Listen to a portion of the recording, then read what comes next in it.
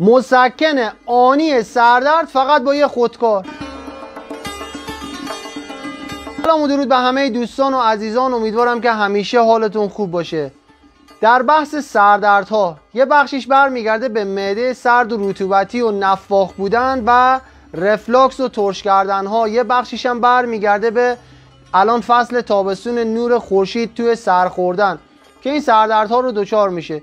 حالا توی بیابون هم گیر کردی، نه دسترسی به داروی گیاهی داری نه دسترسی به داروی شیمیایی داری، هیچ دارویی هم نیست و میخوای سردردتو قطع کنی. چیکار کنیم؟ یکی از علتهای دیگه سردرد کمبود آب در بدنه.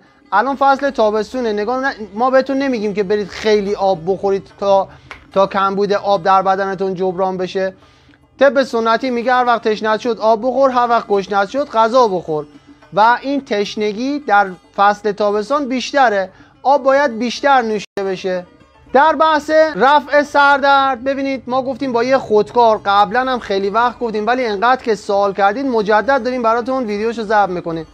شما دست چپتون رو از سمت شست دستتون بالای شست نقاط بالا با یه خودکار فشار میدید به صورت دورانی، چرخش سمت عقربه های ساعت 10 مرتبه.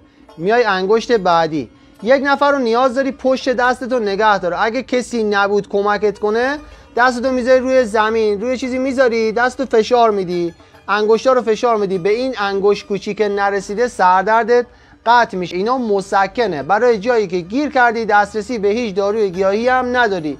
سردرد ریشه داره، باید ریشهش رو پیدا کنی، چه میگرنه، چه سینوزیته، چه هر مشکل دیگه که باشه باید ریشه شناسایی بشه و درمان بشه. دوستان حتما این نسخه رو سیو کنید، ذخیره داشته باشید. یه وقت خدای نکرده یه جا گیر کردی، دسترسی به هیچ داروی گیاهی شیمیایی هم نداری، با یه خودکاری با یه تیکه چوبم این سردردتو میتونی قطعش کنی و ارسال کنید برای همه مخاطبینتون یا کسایی که فکر میکنید از سردردهای زیاد رنج میبرن.